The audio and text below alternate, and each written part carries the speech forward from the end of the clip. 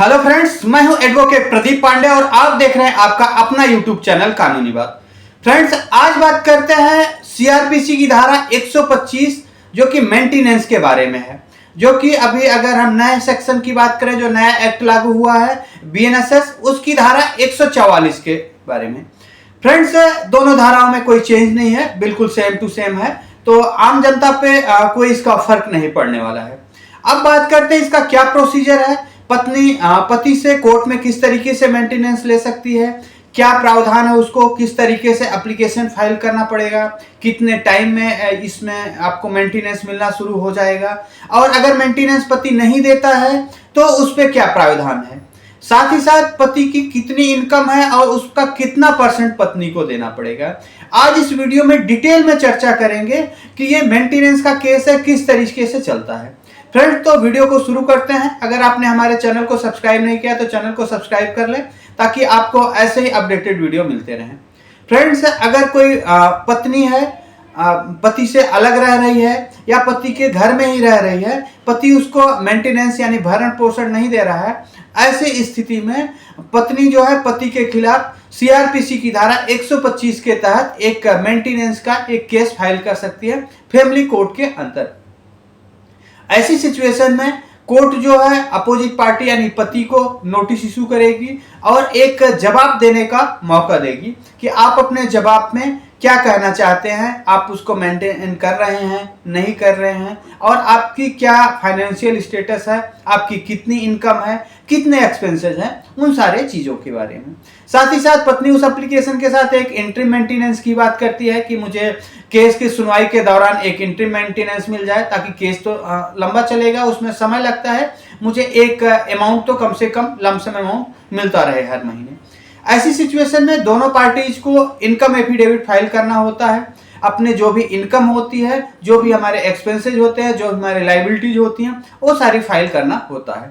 पत्नी भी अपने सारे इनकम एफिडेविट में सारी डिटेल देती है, पति को भी अपना इनकम एफिडेविट फाइल करना होता है, जिसमें अपने सारे लीगल एक्सपेंसेज जो भी हैं, जो भी घर के खर्चे हैं, सारे के सारे, जिस तरीके से कोई लाइबिलिटी है, कोई लोन चल रहा है, कोई मेडिकल का आपका एक्सपेंसेज है, सारे चीज़ों का ब्रीफ में डिटेल देना होता है। उसका एक प्रॉपर फॉर्मेट होता है, फॉर्मेट में A to Z सारी चीजें लिखी हुई होती है।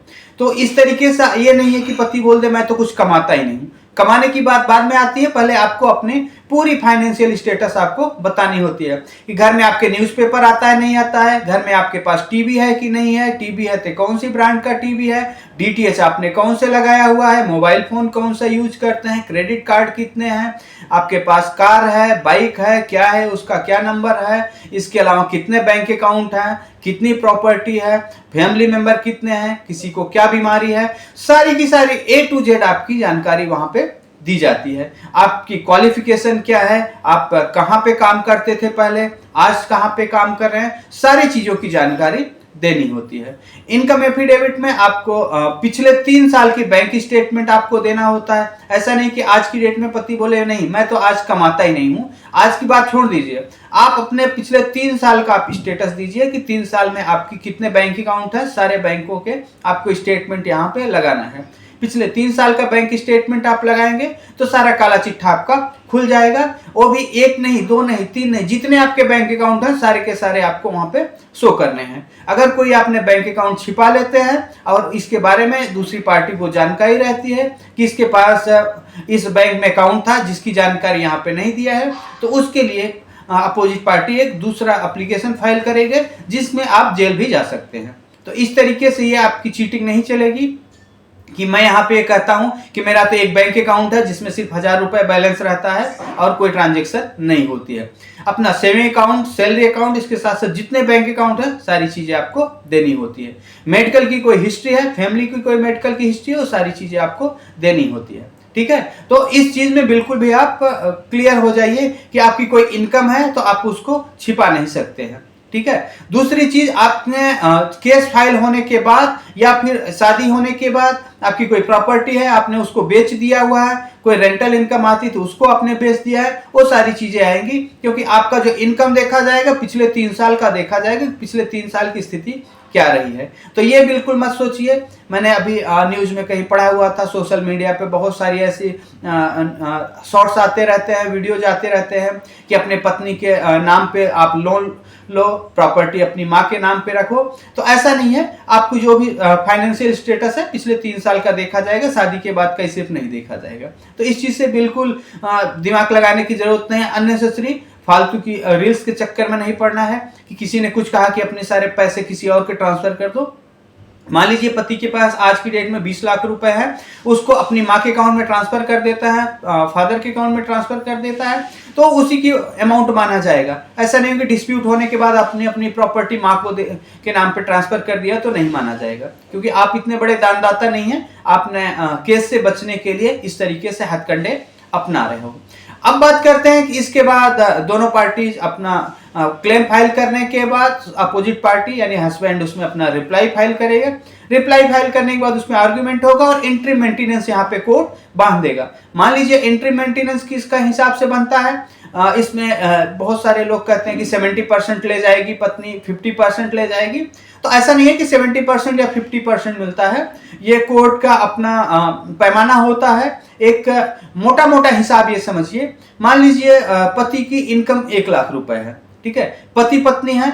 अब ये देखना है कि बच्चा है या नहीं है। मान लीजिए पति पत्नी के साथ माँ बाप रह रहे हैं तो टोटल 4 मेंबर हो गए, और इसके अलावा अगर बच्चा है तो टोटल 5 मेंबर हो गए। और पति की जो इनकम है, मान लीजिए पति की 1 लाख इनकम है, उसमें 20,000 30,000 रुपए कोई घर फ्लैट लिया हुआ है उसकी ईएमआई जा रही है, उस ईएमआई को निकाल दो। आपका कोई कार लोन है तो उसको निकाल दो। उन चीजों को निकाल के देखा जाएगा कितना आपका इनकम बच रहा है। कोई वाकई में कोई मेडिकल एक्सपेंसेस है कि हर महीने आपको 5-10 हजार रुपए मेडिकल में जा रहा है, तो उस चीजों को कोर्ट कंसीडर करेगी अगर मेडिकल डॉक्यूमेंट देते हैं। ओवरऑल मान लीजिए आपके अमाउंट आता है 75,000 80,000 रुपए टोटल आपकी इनकम आ जाती है लाइबिलिटी निकालने के बाद। परिवार के जितने मेंबर हैं उनको उससे डिवाइड करिए। मान लीजिए 80,000 इनकम है, 4 मेंबर हैं, तो 20,000 रुपए आपको वहां पे पर मेंबर का मेंटेनेंस एक अप्रॉक्स बन रहा है। ऐसी सिचुएशन में अगर आप पत्नी अकेली है तो उसको मैक्सिमम 20,000 रुपए का यहाँ पे मेंटेनेंस मिलेगा। इससे ज्यादा कोर्ट नहीं देगा, अलाउ नहीं करेगा। तो ये मान के चलिए कि 1 लाख की पति की इनकम है और ये एक्सपेंसेस निकालते हैं, इतने मेंबर हैं, इतने डिपेंडेंट हैं, तो 20,000 25,000 से ज्यादा पत्नी को वहां पे नहीं मिलेगा। इससे भी कम हो सकता है। ये डिपेंड करता है सभी के केस टू केस, ये चीजें डिपेंड करती है। ऐसी सिचुएशन में जब एंट्री मेंटेनेंस बंध जाएगा, एंट्री मेंटेनेंस बंधने के बाद हर महीने पति को एक सर्टेन डेट बताया जाएगा, मान लीजिए 7 तारीख या 10 तारीख। उस तारीख से पहले पति को हर महीने पत्नी को बैंक अकाउंट में पैसे अमाउंट को ट्रांसफर करना होगा। मान लीजिए अभी सितंबर चल रहा है, सितंबर में आपको ऑर्डर हो जाता है, तो अगले महीने अक्टूबर से आपको हर महीने 7 तारीख से या 10 तारीख से पहले पत्नी को पैसे ट्रांसफर करना होगा। इसके साथ ही साथ एक और इसमें इशू आएगा कि मान लीजिए ये एप्लीकेशन जो पत्नी ने लगाया था उसको 6 महीने 8 महीने हो चुके हैं एप्लीकेशन को लगे हुए। जनवरी 2024 में मान लीजिए पत्नी ने एप्लीकेशन लगाई थी और सितंबर में अभी जाके 8-9 महीने पूरे हो चुके हैं एप्लीकेशन को, ठीक है। तो जिस डेट पे एप्लीकेशन लगाया गया है उस डेट से आपका एंट्री मेंटेनेंस बंधेगा, यानी जो पिछले 8-9 महीने का एरियर है उसको भी पति को देना है। अगला अमाउंट तो हर महीने आपको देना ही देना है, पिछले 8-9 महीने का जितना अमाउंट है वो भी आपको पूरा का पूरा पे करना है। हर महीने का जो अमाउंट है उसको आपको हर महीने आपको पे करना है। पिछला एरियर जो है वो कोर्ट आपको डायरेक्शन देगी कि पिछला एरियर आपको किस तरीके से पे करना है।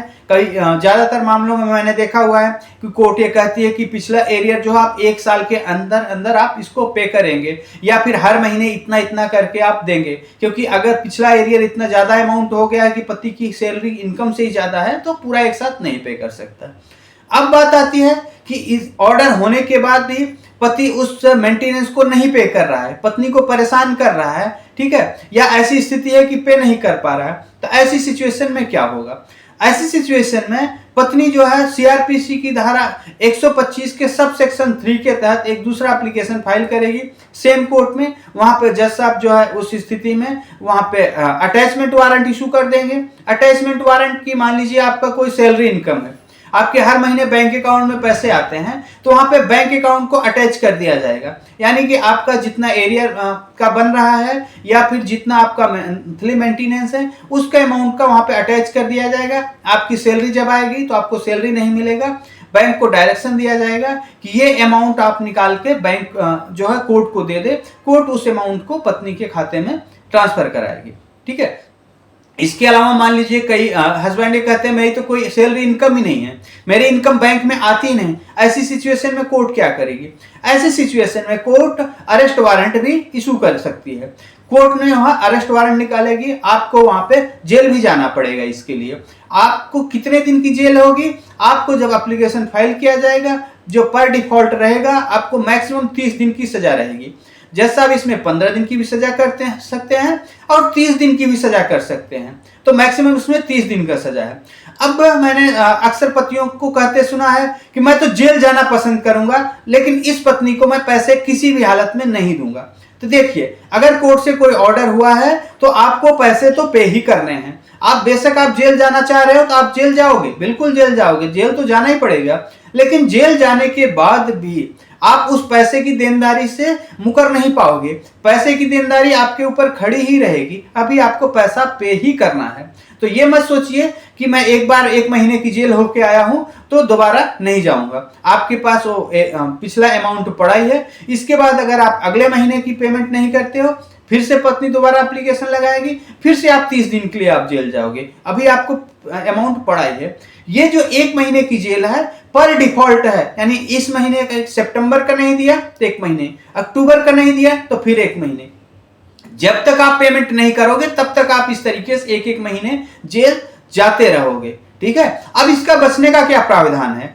अगर आप जो भी कोर्ट का ऑर्डर है, कोर्ट के ऑर्डर से संतुष्ट नहीं है, आपको लगता है गलत है, तो आपको उसके आगे अपील करनी चाहिए। ठीक है। उस ऑर्डर को चैलेंज करना चाहिए। ऐसा नहीं कि मान लीजिए कि मैं तो पे नहीं करूंगा, यहाँ पे जिद की कोई बात नहीं है। लॉ का एक प्रोसीजर है, अगर आप किसी ऑर्डर से खुश नहीं है तो आप उसकी अपील करिए। ये मत कहिए कि मैं जेल जाऊंगा लेकिन पैसे नहीं दूंगा। आप तो पैसे देना ही है, आपको जेल भी जाना है। उस ऑर्डर को आप आगे जाइए, चैलेंज करिए, स्टे लीजिए, तो इन कामों में ध्यान दीजिए, न कि जिद में पड़िए। जिद में आप पड़ोगे तो आप तो जेल जाओगे क्योंकि देनदारी आपकी बनती है। ऑर्डर में कि अगेंस्ट में आप अपील करिए, आप हाई कोर्ट अप्रोच करिए, वहां पे अपने जो डॉक्यूमेंट्स है डॉक्यूमेंट दिखाइए कि मेरी ये हैसियत नहीं है, जो कोर्ट ने ऑर्डर किया है, कोर्ट ने गलत ऑर्डर किया है, मेरे डॉक्यूमेंट को कंसीडर नहीं किया। लेकिन आप बैठेंगे चुपचाप तो आपका नुकसान होगा।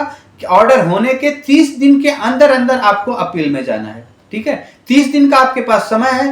30 दिन के अंदर अंदर अगर आप ऑर्डर को चैलेंज नहीं करते हैं तो फिर आपको वहां पे बहुत सारी प्रॉब्लम आएंगी, आप जेल जाएंगे। इसलिए इन चीजों का ध्यान रखें। और अगर कोई ऐसा ऑर्डर होता है जो कि आप नहीं कर सकते हैं तो उसके लिए आपके पास कोर्ट के दरवाजे खुले हुए हैं, लेकिन चुपचाप बैठे रहने से आपको और भी प्रॉब्लम आएगी। उम्मीद करता हूं कि आपको ये मेंटेनेंस का जो खेल है, जो कोर्ट का प्रोसीजर है, उसको आपको समझ में आ गया है कि मेंटेनेंस न पे करने से हमें जेल भी जाएंगे और उसके बाद भी पे करेंगे। फ्रेंड्स, इसके अलावा अगर आपका कोई सवाल है तो आप हमें कमेंट्स में या हमारे दिए गए व्हाट्सएप नंबर पर कांटेक्ट कर सकते हैं। धन्यवाद।